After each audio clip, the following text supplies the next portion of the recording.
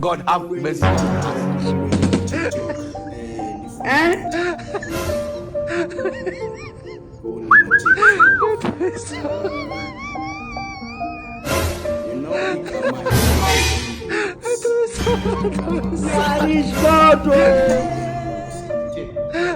Imenda.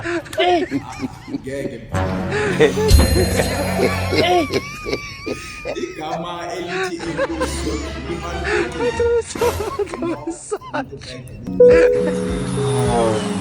Ngoba umzali xa egqibile Aujourd'hui aussi, c'est un autre jour.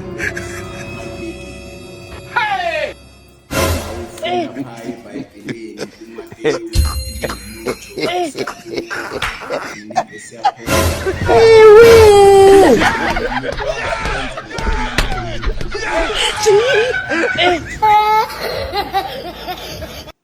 ibuye ke ithi phaa ekuqaleni cela uzophiwa, qonqoza uzovulelwa, ikambe athi funa uzofumana. Kukangakanani itheni?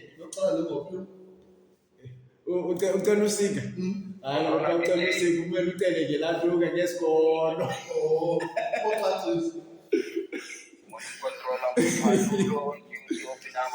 So xa sikwazi ukuthi enkosi ema-TikTok ebazalini bethu, how much more ukuba sithi enkosi kuThixo wethu xa esasigcinile sabona ilanga langoLwesibini.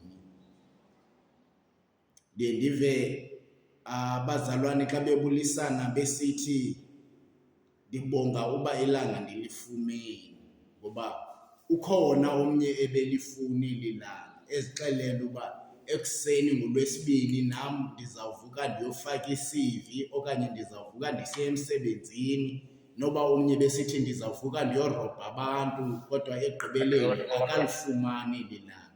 How much more kuthi ma-TikTok?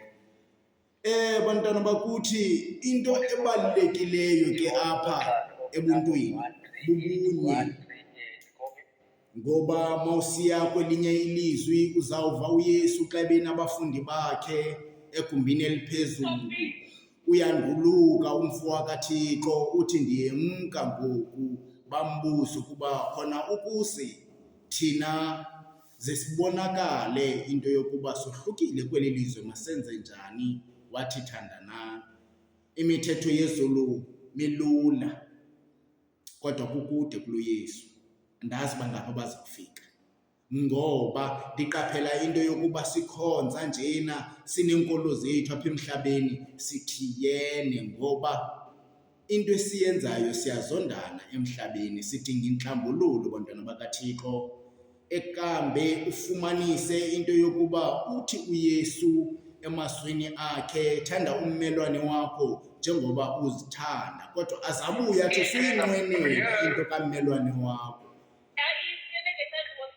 Bangaphi abanqwenela abafazi bommelwane babo? Ubone umfo kaNantsika izawuthi umeza ephuma endlini esithi uya kwi-night shift, yena vele ngefestile uba laa mfazi ndizawukhe ndiyogqoloza phaa kuye xa indoda ingekho ebusuku. Ma-TikTok mna ndibonga into yokuba ndilifumene olu suku lwanamhlanje. Mfonini kamnandi ndi-off namhlanje. Lala ixesha libethile.